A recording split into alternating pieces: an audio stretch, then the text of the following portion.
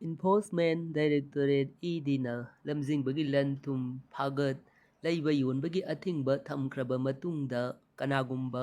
ꯃꯤꯑꯣꯏꯁꯤꯡꯅ ꯏꯁꯥꯒꯤ ꯑꯃꯗꯤ ꯀꯥꯡꯂꯨꯞ ꯁꯦꯝ ꯋꯥꯌꯦꯜꯁꯪꯒꯤ ꯃꯥꯏꯀꯩꯗ ꯆꯪꯗꯨꯅ ꯐꯥꯒꯠꯂꯤꯕ ꯂꯝ ꯄꯣꯠ ꯑꯁꯤ ꯑꯩꯒꯤꯅꯤ ꯑꯃꯗꯤ ꯑꯩꯈꯣꯏꯒꯤꯅꯤ ꯇꯥꯛꯇꯨꯅ ꯂꯧꯅꯕ ꯍꯣꯠꯅꯔꯛꯄ ꯈꯣꯡꯊꯥꯡ ꯆꯠꯅꯕ ꯌꯥꯔꯣꯏ ꯍꯥꯏꯅ ꯗꯦꯜꯂꯤꯒꯤ ꯋꯥꯌꯦꯜꯁꯪ ꯑꯃꯗꯒꯤ ꯖꯁꯇꯤꯁ ꯃꯣꯅꯤꯁ꯭ꯋꯔ ꯅꯥꯊ ꯚꯟꯗꯥꯔꯤ, ꯆꯤꯌꯥꯔꯃꯦꯟ ꯑꯃꯗꯤ ꯔꯥꯖꯦꯁ ꯃꯜꯍꯣꯇ꯭ꯔꯥ, ꯃꯦꯝꯕꯔ ꯑꯅꯤꯒꯤ ꯃꯥꯏꯀꯩꯗꯒꯤ ꯇꯥꯡ 12 ꯊꯥ 10, 2024 ꯏꯪꯗ ꯇꯥꯈꯤꯕ ꯋꯥꯐꯝ ꯑꯗꯨꯅꯤ ꯃꯤꯌꯥꯝꯅ ꯎꯕꯤꯔꯤꯕ ꯆꯦꯔꯣꯜ ꯑꯁꯤ꯫ ꯃꯔꯝ ꯑꯁꯤꯅ ꯀꯥꯡꯂꯨꯞꯀꯤ ꯃꯤꯡꯗ ꯅꯠꯇ꯭ꯔꯒ ꯀꯅꯥꯒꯨꯝꯕ ꯃꯤꯑꯣꯏꯁꯤꯡꯅ ꯂꯝꯖꯤꯡꯕꯒꯤ ꯂꯟ-ꯊꯨꯝ ꯀꯟꯁꯤꯟꯗꯨꯅ ꯑꯃꯗꯤ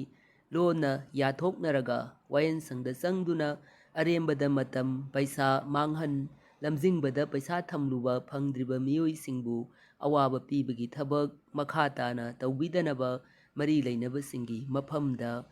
ꯍꯥꯏꯖꯔꯤ꯫ ꯃꯔꯝꯗꯤ ꯂꯝꯖꯤꯡꯕ ꯐꯥꯏꯅꯥꯟꯁꯀꯤ ꯃꯤꯡꯗ ꯃꯤꯌꯥꯝꯅ ꯄꯩꯁꯥ ꯊꯝꯂꯨꯕꯅꯤ꯫ ꯀꯅꯥꯒꯨꯝꯕ ꯊꯧꯗꯥꯡ ꯂꯩꯕ ꯂꯝꯖꯤꯡꯕꯒꯤ ꯃꯤꯑꯣꯏ ꯑꯃꯗ ꯑꯇꯇꯥꯏ ꯑꯣꯏꯅ ꯄꯩꯁꯥ ꯊꯝꯅꯔꯨꯕ ꯅꯠꯇꯕꯅ ꯂꯝꯖꯤꯡꯕꯒꯤ ꯂꯟ-ꯊꯨꯝꯗ ꯃꯥꯅ ꯊꯝꯂꯨꯕ ꯁꯦꯟꯐꯝꯒꯤ ꯃꯇꯨꯡ ꯏꯟꯅ ꯃꯥꯟꯅꯕ ꯐꯪꯐꯝ ꯊꯣꯛꯄ ꯂꯩꯕ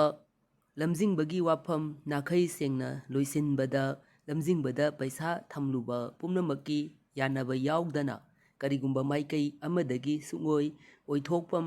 ꯂꯩꯇꯕꯅ